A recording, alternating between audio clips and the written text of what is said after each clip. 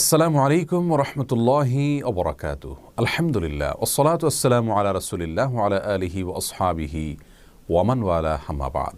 সুপ্রিয় দর্শক শ্রোতা ভাই বোন, অনেকেই আমাদের কাছে জানতে চান যে কোনো ছেলে অথবা মেয়ে একে অন্যকে যদি পছন্দ করেন, ভালো লাগে এবং তারা কোনো প্রকার সম্পর্কে জড়ানো ছাড়া শুধুমাত্র আল্লাহর কাছে দোয়া করেন সেই কাঙ্ক্ষিত এবং পছন্দ হওয়া মানুষটিকে পাওয়ার জন্য, তার সঙ্গে বিবাহ যেন আল্লাহ রাব্বুল আলামিন সহজ করে দেন, ব্যবস্থা করে দেন, এরকম দোয়া করা তাদের জন্য জায়েজ আছে কি না।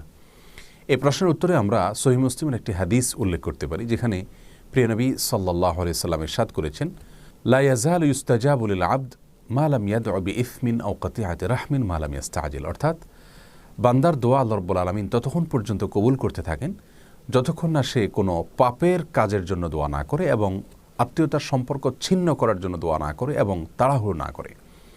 তার মানে দোয়ার ক্ষেত্রে শুধুমাত্র তিনটি ক্ষেত্রে দোয়া করা নিষেধাজ্ঞা রয়েছে।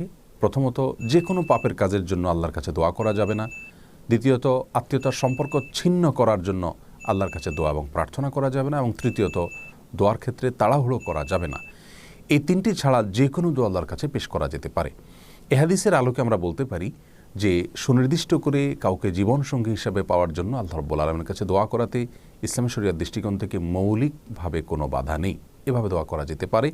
তবে ইসলামী শরিয়া সেক্ষেত্রে একজন মুসলিমকে পরামর্শ দেয় তিনি যেন আল্লাহর কাছে কিছুটা শর্ত জুড়ে দিয়ে কোনো নির্দিষ্ট ব্যক্তিকে জীবনসঙ্গী হিসাবে পাওয়ার দোয়া করেন।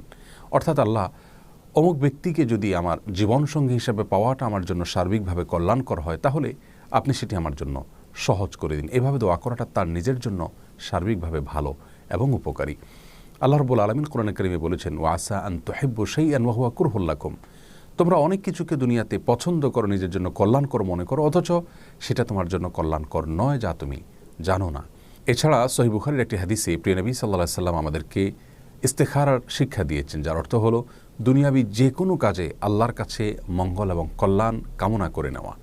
সে দোয়ার একটি অংশ হলো ওয়াকদুর লিয়াল খাইর হাইসু কান সুম্মা রদুনি বিহি, যার অর্থ হলো, আল্লাহ আমার জন্য কল্যাণ যেখানে লেখা আছে আপনি সেই ফয়সালাটাই করুন এবং সেই ফয়সালা যেন আমি মন থেকে মেনে নিতে পারি, আমার মন যেন সন্তুষ্ট চিত্তে গ্রহণ করে নেয়, সেরকম তৌফিক আমাকে নসিব করুন। অতএব নির্দিষ্ট কোনো ব্যক্তিকে জীবনসঙ্গী হিসেবে পাওয়ার জন্য আল্লাহর কাছে দোয়া করাতে ইসলাম শরিয়াতে কোনো প্রকার বাধা নেই। তবে শর্ত জড়িয়ে দিয়ে যদি এভাবে দোয়া করা হয়, আল্লাহ তার সঙ্গে বিবাহে যদি আমার কল্যাণ লেখা থাকে, তাহলে আমার জন্য সেটিকে সহজ করে দিন, অন্যথায় আমার মন থেকে তাকে মুছে দিন। এরকম দোয়া করাটা বেশি উপকারী এবং কল্যাণকর।